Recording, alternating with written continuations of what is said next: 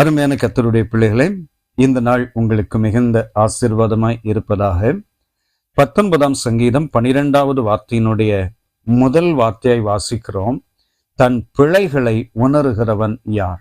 இந்த வசனத்தை வாசிக்கும் போது சின்ன சின்ன விஷயங்களில் கூட, சிறிய குற்றங்களில் கூட, சிறிய தவறுகளில் கூட நாம் உணர்ந்து மனம் திரும்ப வேண்டும், அவைகளை விட்டு விட வேண்டும் என்று தேவன் விரும்புகிறார். பாருங்கள், ஆண்டவர் சொன்ன சில விஷயங்களை வாசிக்கும் போது, கொஞ்சத்தில் உண்மையா இருக்கிறவனை நான் அநேகத்தின் மேல் அதிகாரியாக வைப்பேன் என்று சொல்கிறார்.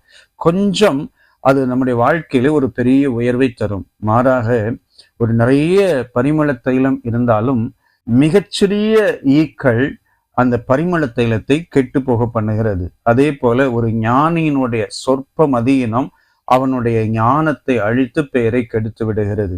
இந்த காலை நேரத்துல நமக்குள்ளாக ஒரு உணர்வு எழும்பத்தக்கதாக நாம் ஜெபிக்க ஆரம்பிக்கலாம். சின்ன சின்ன விஷயங்களில் கூட நாம் உண்மையாய் நடக்க ஆரம்பிக்கும் போது தேவன் ஒரு காலத்திலே நம்மை உயர்ந்த இடத்திலே வைப்பார், உயர்ந்த ஸ்தானத்திலே வைப்பார். இந்த காலத்திலே அநேகருடைய வாழ்க்கையை நாம் பார்க்கும்போது சின்ன மிஸ்டேக் தான் பிரதர், இதை ஆண்டவர்கிட்ட சொன்னா சரியா போயிடும், சின்ன சின்ன விஷயங்களை அவர்கள் மனம் அதை கண்டு கொள்ளாமல் போகிறது. சின்ன சின்ன விஷயங்களை மறந்து விடுகிறார்கள். ஆனால் தேவன் அதை கணக்கில் வைத்திருப்பார் என்று நாம் வேத வசனத்தின் மூலம் புரிந்து கொள்ள முடிகிறது. பிரசங்கி கடைசி அதிகாரம் கடைசி வசனத்தை வாசிக்கும் போது தேவன் நன்மையானாலும் தீமையானாலும் நியாயத்திலே கொண்டு வந்து நிறுத்துவார் என்று நாம் வேதத்திலே வாசிக்கிறோம்.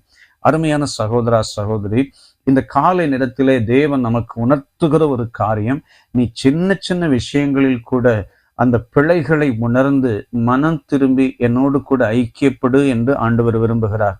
அந்த ஐக்கியப்படுகிற அந்த காரியத்திலே நாம் நம்முடைய சின்ன சின்ன தவறுகளை சரிப்படுத்தி கொள்ளும் போது நம்முடைய வாழ்க்கையிலே ஒரு மிகப்பெரிய ஆசீர்வாதத்தை கொடுக்கிறார். பாருங்கள், ஒரு பானையிலே எண்ணெய் இருக்கிறது, ஆனால் அதனுடைய ஒரு பகுதியில் ஒரு சின்ன துவாரம் இருக்கிறது.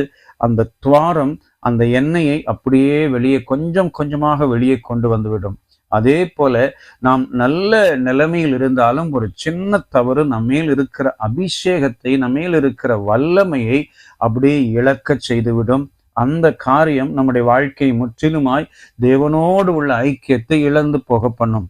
ஆகையினாலே இந்த காலை நேரத்திலே ஆண்டவர் உணர்த்துகிறார், என் பிள்ளைகளை சின்ன சின்ன விஷயங்களில் கூட நீங்கள் மனம் திரும்புங்கள், சின்ன சின்ன விஷயங்களில் கூட நீங்கள் உணர்வடைந்து அதை விட்டு விடுங்கள். தன் பாவங்களை மறைக்கிறவன் வாழ்வடைய மாட்டான், அவைகளை அறிக்கை செய்து விட்டு விடுகிறவன் இரக்கம் பெறுவான் என்று ஆண்டவருடைய வார்த்தை சொல்லுகிறபடி அந்த சின்ன சின்ன விஷயங்களில் நாம் உணர்ந்து அதை விட்டுவிட முயற்சிப்போம். நிச்சயமாய் தேவன் பெரிய அற்புதத்தை நம்முடைய வாழ்க்கையிலே செய்வார். சிலருக்காக ஜெபிக்கும் போது அவங்க வாழ்க்கையினுடைய அநேக பகுதிகளில் நல்லா இருப்பாங்க, ஆனா சின்ன கோபம் இருக்கும், சின்ன எரிச்சல் இருக்கும், சின்ன பொறாமை இருக்கும், சின்ன வைராக்கியம் இருக்கும். அதனால் அந்த ஆசீர்வாதங்களை எல்லாம் இழந்து போக பண்ணுவார்கள்.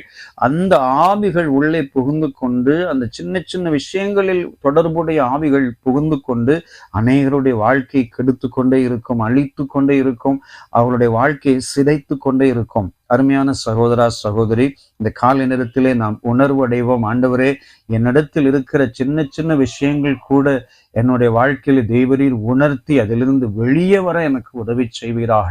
என்னுடைய வாழ்க்கையை நான் எப்பொழுதும் சரிப்படுத்தி கொண்டு பரிசுத்த உள்ளத்தோடு, பரிசுத்த சிந்தையோடு, பரிசுத்த பார்வையோடு, பரிசுத்த பேச்சோடு கூட நான் வாழ எனக்கு கிருபை பாராட்டுங்க ஆண்டவரே.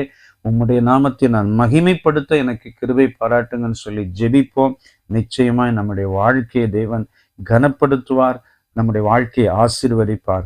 இந்த வசனத்தை திரும்பவும் நான் சொல்கிறேன், தன் பிழைகளை உணர்கிறவன் யார்? நாம் சொல்லுவோம், ஆண்டவரே நான் உணர்கிறேன், நான் மனம் திரும்புகிறேன், இந்த நாளிலே என்னை அர்ப்பணிக்கிறேன். சேர்ந்து ஜெபிக்கலாமா? வல்லமையுள்ள பிதாவே, நல்ல தேவனே, ஆண்டவரே, எங்களுடைய வாழ்க்கையில இருக்கிற சின்ன சின்ன குறைகளை, சின்ன சின்ன தவறுகளை உணர்த்தி அதிலிருந்து வெளியே வந்து நாங்கள் உண்மையாய் நடக்க, பரிசுத்தமாய் நடக்க கிருபை பாராட்டுங்க. இயேசு இரட்சகர் நாமத்தில் கேட்கிறோம் பிதாவே. ஆமென், ஆமென். God bless you. Amen.